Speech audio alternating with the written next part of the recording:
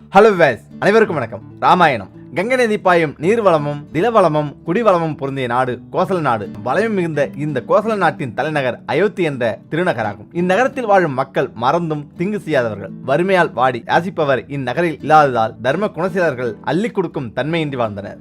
அயோத்தி என்ற சொல்லுக்கு யுத்தம் இல்லாத ஊர் என்று பொருள். இந்த நகரம் போரும் சினமும் இன்றி சாந்தி சிநேகமாக திகழ்ந்தது. எல்லோரும் எல்லா நலங்களும் பெற்று இன்புற்று வாழ்ந்தார்கள். இந்த அயோத்திமா நகரை ஆதித்தன் குலத்தில் அஜமகா ராஜனுக்கும் இந்துமதிக்கும் மகனாக பிறந்த தசரத சக்கரவர்த்தி தாய் போல் மக்களுக்கு தன் அருள் புரிந்து அரசு புரிந்து வந்தார். பயிருக்கு தண்ணீர் துணை புரிவது போலவும் உயிருக்கு உடம்பு ஆதாரமாக இருப்பது போலவும் மக்களுக்கு இம்மன்னவர் கருணை புரிந்து வந்தார். இவருடைய ஆட்சியிலேயே தர்மம் தலைத்து ஓங்கியது. இவருடைய ஆட்சி மாட்சியுடன் விளங்கியது. பயவர்களாலும் விலங்குகளாலும் கல்வர்களாலும் துன்பமின்றி மக்கள் இன்பம் பெற்று வாழ்ந்தார்கள். தசரதமனுடைய கரங்கள் ஈந்து சிவந்தன. இவருக்கு கௌசலை, கையேயி, சுமித்திரை என்று 3 மனைவியர் இருந்தார்கள். இவருக்கு மக்கட்பேறு இல்லாமையினால் அவ்வப்போது வேறு வேறு மாதர்களை திருமணம் செய்து கொண்டார். அவ்வாறு செய்து கொண்ட பெண்கள் 360 பேராகும். இவர் 60,000 ஆண்டுகள் அறநெறி வழுவாமல் நல்லற நாயனாக திகழ்ந்து அரசு புரிந்தார். மக்கள் மன்னரை நெஞ்சார நினைத்து வாயார வாழ்த்தினார்கள். ஆம், தசரதர் தமக்கு பின் தர்மநெறி தவறாமல் தரணியை அரசு புரிய ஒரு மகன் பிறக்கவில்லையே என்று பெரிதும் அறிந்தினார். தசரதர் நாட்டை காக்க நன்மகன் இல்லையே என்று வருந்துவது பொதுநலமாகும். அரசவையில் தசரத சக்கரவர்த்தி தமது குலகுருவாகிய வசிஷ்ட முனிவரை வணங்கி, குருநாதா, தங்கள் ஆசையினால் கடல் சூழ்ந்த இந்த உலகத்தில் 10 திசைகளிலுமிருந்து வந்த 10 ரதங்களை வென்று தசரதன் என்று பெயர் பெற்றேன். சம்பரனை வென்று இந்திரனுக்கு உதவி புரிந்தேன். ஆனால் அடியனுக்கு மகப்பேறு வாய்க்கவில்லை. தலைவனின்றி மக்கள் வருந்துவார்களே என்று எண்ணி அடியேன் வருந்துகிறேன். தங்கள் பிரம்மபுத்திர தங்களை குருநாதராக கொண்ட எனக்கு இந்த குறை இருந்தால் அது தங்களுக்கு தானே இழிவு.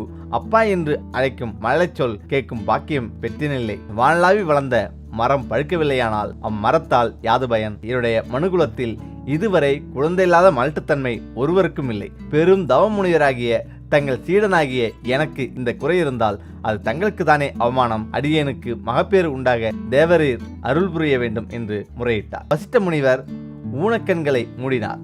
அப்போது அவருக்கு ஞானக்கண் திறக்கப்பட்டது. அதிலே கண்ட காட்சி அடியில் வருகிறது. திருமால் திருப்பார்கடலில் அரவணையில் அரிதுயில் புரிகின்றன.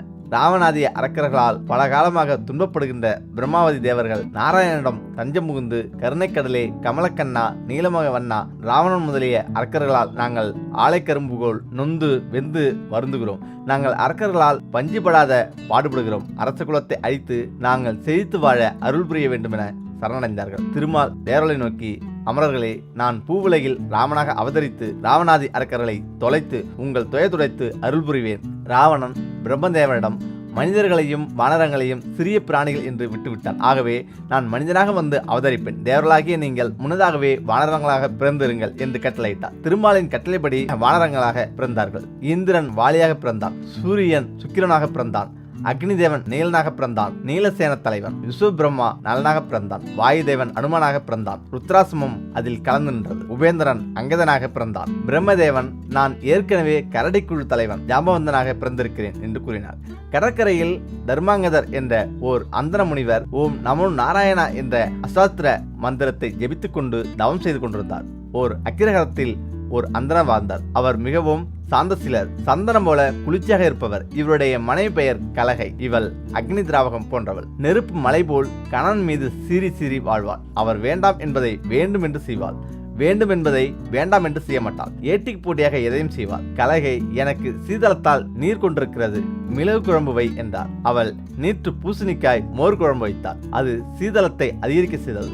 மற்றொரு நாள் குடு அதிகமாகி சீதபேதியாகிறது, மிளகாய் இல்லாமல் மிளகு ரசம் வை என்றார். அவள் கத்திரிக்காயும் பச்சை மிளகாயும் கடைந்து வைத்தார். கலவை, கண் எரிகிறது, எண்ணெய் தேய்த்து குளிக்க வேண்டும் என்றார். அவள் குளிர்ந்த நீரை தலையில் விட்டு கொய்த்து நின்றாள். கலவை, உறக்கம் வருகிறது, நான் படுக்க வேண்டும் என்றார்.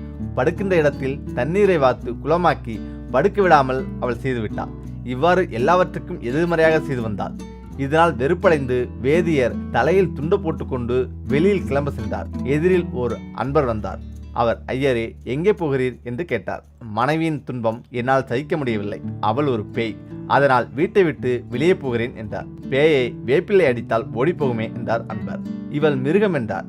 மிருகங்களையெல்லாம் சர்க்கஸில் அடக்கி ஆள்கிறார்களே, ஒரு பெண்ணை உன்னால் அடக்கி ஆள முடியவில்லையே என்றார். இவள் பூதம் என்றார். பிருத்திவி, வாயு, தேயு, அப்பு, ஆகாசம் என்ற பஞ்ச பூதங்களை நாம் அடக்கி ஆள்கிறோமே, இந்த பெண் பிள்ளையை அடக்கி ஆள முடியவில்லையா? அவள் என்னதான் செய்கிறாள்? விவரமாக சொல் என்றார். ஐயா, அவள் செய்யும் கொடுமை 1 10 100 1000 லட்சோப லட்சம் குற்றம் செய்கிறாள். அவற்றை நான் எங்கனம் சொல்வேன்? சுருக்கமாக சொல்கிறேன். வேண்டாம் என்பதை வேண்டும் என்று செய்கிறாள், வேண்டும் என்பதை வேண்டாம் என்று செய்கிறாள். அன்பரே, நான் சொல்வதை கடைபிடிங்கள். உங்களுக்கு வேண்டாம் என்பதை வேண்டும் என்று சொல்லுங்கள். முயற்சி தரும் என்று கூறினார். வீட்டுக்கு சென்றார். அவருக்கு அகோர பசி. கலவை, இன்று நான் சாப்பிட மாட்டேன் என்றார். அவள் கோபத்துடன், உனக்காக சமைத்து வைத்திருக்கிறேன், சாப்பிடு என்று உணவு கொடுத்தாள். கலகை, நான் உடுத்திய வேட்டியை நீ தொடக்கூடாது, உன் கை படக்கூடாது என்றார். அவள், உனக்கு ஆசாரம் மிகுந்து விட்டதா? ஞானம் முயந்து விட்டதா?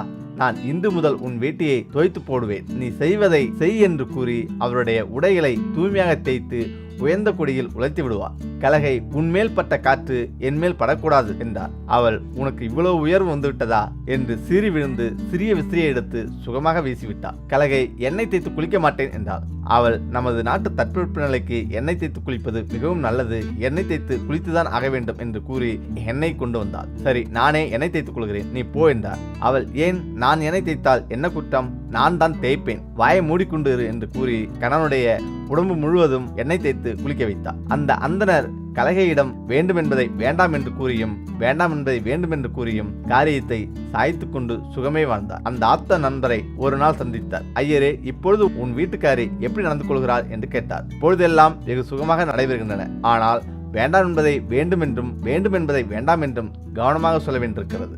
இப்பொழுது அவள் துணி துவைத்து போடுகிறாள், எண்ணெய் தேய்க்கிறாள், விசிறி விடுகிறாள், படுக்கை விரிக்கிறாள், எல்லா தொண்டும் செய்கிறாள், ஒரு குறையும் இல்லை என்றார். ஒரு நாள் அந்த வேதியர் மனைவியை பார்த்து, கலகை, நாளை என் தந்தையாருடைய சிராத்தம், வீடு வாசல் முழுகாதே, நீராடாதே, சமைக்காதே என்று கூறினார். அவள் எல்லாவற்றையும் ஒழுங்காக செய்து வைத்தாள். இந்த பிரச்சாதம் போட்டு ஜலதாரையில் கோட்டமாற சொல்லியிருக்க வேண்டும். சொல்லியிருந்தால் சுத்தமான தண்ணீரில் கொட்டியிருப்பாள். அவள் சற்று கவனக்குறைவாக பிது பிரச்சாரத்தை சுத்தமான நீரில் கொட்டுமாறு கூறிவிட்டார். அவள் அதை கொண்டு போய் அசுத்தமான தண்ணீரில் கொட்டிவிட்டாள். கோபமே வராத குணக்குன்றமாகிய அந்த அந்தனர் கோபித்து, பாவி, எனக்கு 1000 குற்றங்கள் செய்தாய், அத்தனையும் பொறுத்து கொண்டேன். பிதுர்களின் தூய பிரச்சாரத்தை ஜலதாரை தண்ணீரில் கொட்டினாயே, இது எவ்வளவு பெரிய பாவம்.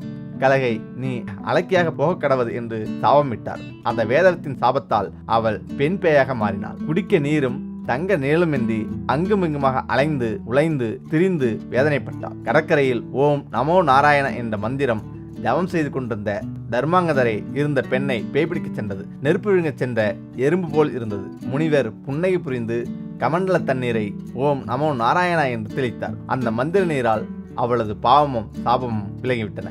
அவள் அவளுடைய அடிமலர் மீது பீழ்ந்து தொழுது அழுது, தபோதனரை, நான் கலகை என்ற பெயருள்ள பெண், கணவன் மனம் நோக பல குற்றங்கள் செய்த பாவத்தால் அவருடைய சாபத்தால் பேயாக திரிந்து அலைந்து நொந்தேன், எனக்கு அருள் புரிவீர் என்று வேண்டி நின்றாள். தர்மாங்கத முனிவர் அவளுக்கு தன்னருள் புரிந்து, அம்மா அழாதே, நான் அறிவு தோன்றிய நாள் தொட்டு இன்று வரை செய்த தவத்தில் பாதி உனக்கு தந்தேன் என்றார். வைகுண்டத்திலிருந்து பொன்மணி விமானம் ஒன்று வந்து இருவரையும் வைகுண்டத்துக்கு அழைத்து சென்றது. அவர்கள் பரவாசுதேவனை செவித்து பேரின்பத்தை எழுதினார்கள். சீமன் நாராயணன், தர்மாங்கதரே, நீ பூவுலகில் ஆதித்தர் குலத்தில் பிறந்து தசரதன் என்ற பெயர் பெற்று 60,000 ஆண்டு தவம் செய்வாயாக. நான் உனக்கு மகனாக பிறந்து ராமன் என்ற பெயருடன் விளங்கி ராவணவதம் செய்து நாட்டுக்கு நலம் செய்வேன். அம்மா கலகை, நீ கேகய நாட்டில் அசோபதி என்ற மன்னனுக்கு மகளாக பிறந்து கையே என்ற நாமத்துடன் வளர்வாய். தர்மங்களுடைய தவத்தில் பாதி பெற்றதனால் கௌசலை வயிற்றில் நான் பிறந்தாலும் என்னை நீ அன்பு மகனாக வளர்ப்பாயாக. நீ பிறந்த வீட்டிலும் புகுந்த வீட்டிலும் பெருமையுடன் வாழ். சமயம் வரும்பொழுது